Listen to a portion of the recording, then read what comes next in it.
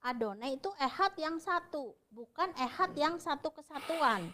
Tetapi di dalam bahasa Ibrani ada dua macam ehad. Ehad yang pertama, ya, kalau di bahasa Arab ahad, ehad yang pertama itu untuk Tuhan. Tuhan yang Maha Esa, dia satu. Tetapi ada ehad yang satu kesatuan, ya. Kalau saya bukakan Esra 2 ayat 6.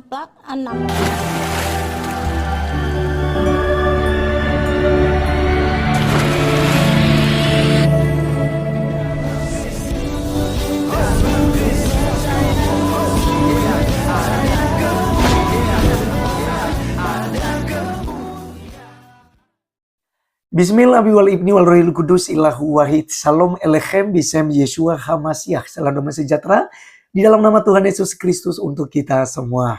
Teman-teman sekalian, pada kesempatan kali ini kita akan membahas seorang nenek tua yang sudah bau tanah sebenarnya, tapi mengaku sebagai seorang mualaf, ya.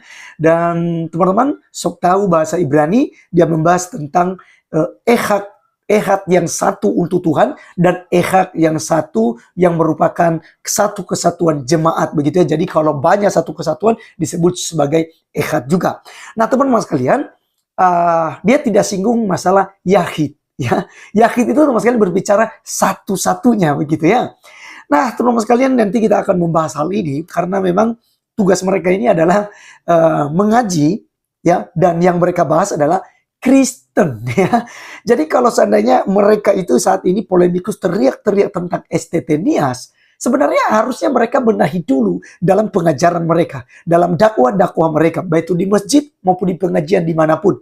Yang mereka bahas adalah kekristenan. Mereka tidak sibuk dengan Al-Quran mereka. Mereka sibuk dengan kitab suci agama lain. Jadi sebenarnya penistaan agama itu siapa? Baik, teman-teman sekalian, saya langsung saja mengajak kita untuk mendengarkan ocehan daripada nenek tua, ya, yang ada berikut ini. Adonai itu ehad yang satu, bukan ehad yang satu kesatuan. Tetapi di dalam bahasa Ibrani ada dua macam ehad. Ehad yang pertama, ya, kalau di bahasa Arab ahad, ehad yang pertama itu untuk Tuhan. Tuhan yang Maha Esa, dia satu. Tetapi ada ehad yang satu kesatuan, ya. Kalau saya bukakan Esra 2 ayat 64, itu ehadnya berjumlah 42.360. Lah kalau ikuti Esra 264 lah Tuhannya 42.360, kan payah, ya kan. Nah, jadi kalau Esra 2 ayat 64, ehadnya itu bukan hanya 3. Nah, ini itu, ya, seluruh jemaah itu bersama-sama ada 42.360 orang. Ini kalau dibuka di dalam kitab teks Ibrani asli interlinier, ini sejumlah jamaah itu ehad.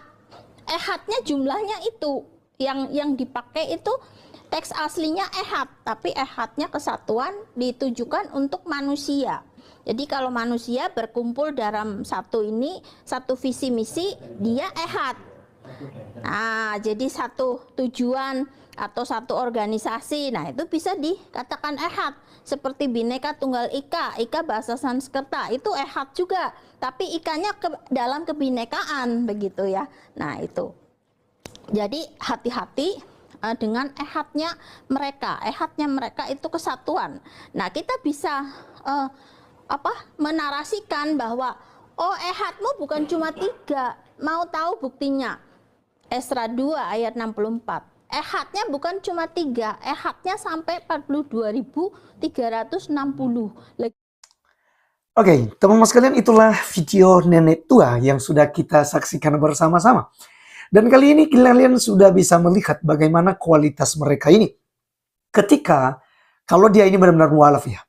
Ketika dia masih kekristenan, belum tentu dia ini baca Alkitab, ya, rajin beribadah, ya, belum tentu. Tapi mendadak ketika mereka udah jadi mualaf, karena mereka diberikan panggung, kemudian mereka ya sekalipun tidak paham tentang Al-Quran, tidak paham tentang hadis-hadis, tidak paham tentang sejarah Islam, tapi karena mereka adalah mualaf, mereka dikasih panggung untuk apa? Untuk menjelaskan kekristenan.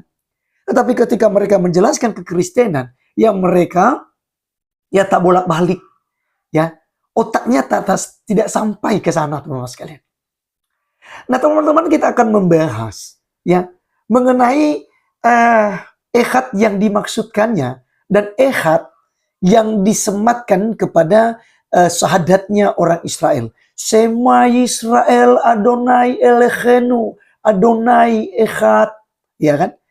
Adonai Ehad di situ, ya. Adonai itu merujuk kepada Tuhan, ini menuju. Kemudian menggunakan kata ehad ini bahwa Esa, ya, bukan menggunakan Yahid. Kalau dia berbicara tentang satu Tuhan, itu otomatis dia berbicara menggunakan kata bahasa Ibrani bukan Ehad tapi Yahid.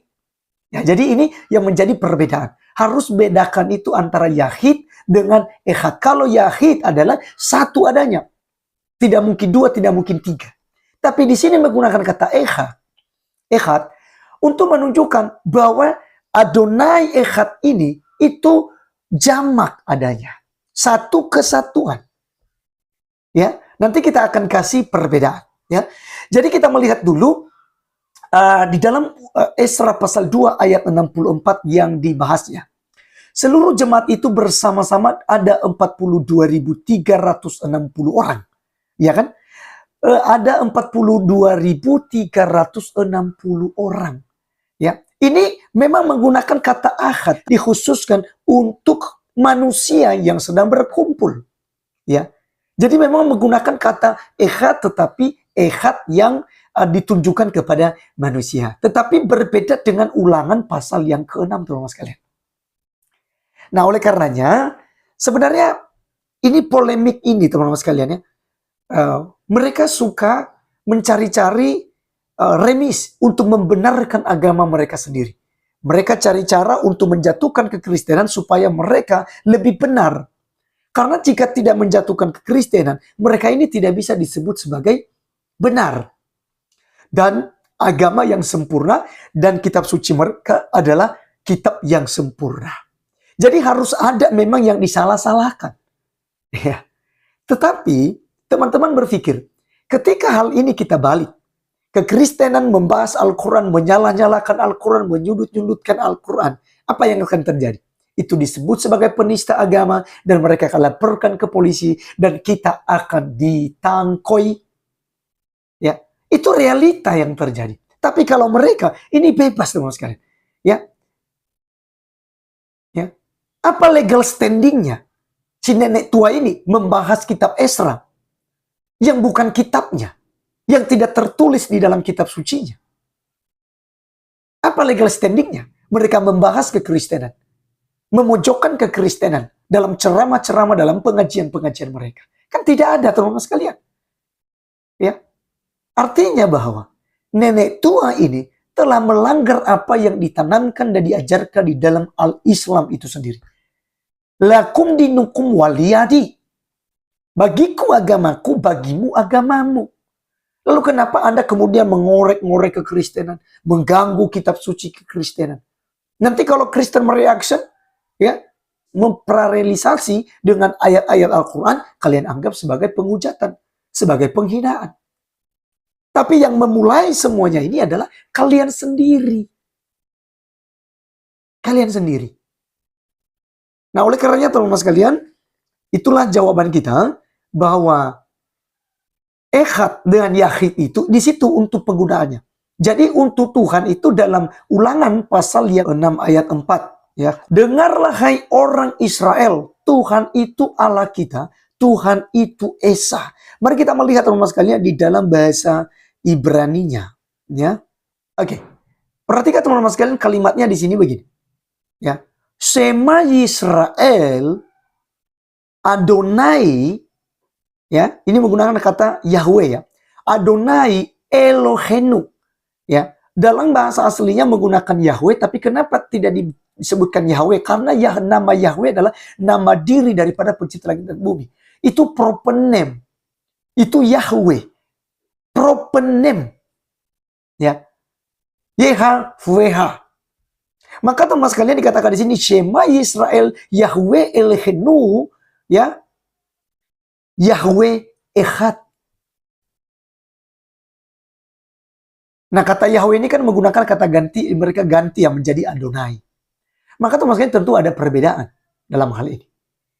Jadi kenapa menggunakan kata Echad di sini untuk menunjukkan kesatuan daripada Bapa, Putra, dan Roh Kudus. Itu satu kesatuan yang ada. Baik, teman-teman sekalian, demikianlah jawaban kita daripada si nenek tua ini. Biarlah video ini boleh menjadi berkat bagi kita. Sampai ketemu di video berikutnya. Tuhan Yesus memberkati kita. Salam.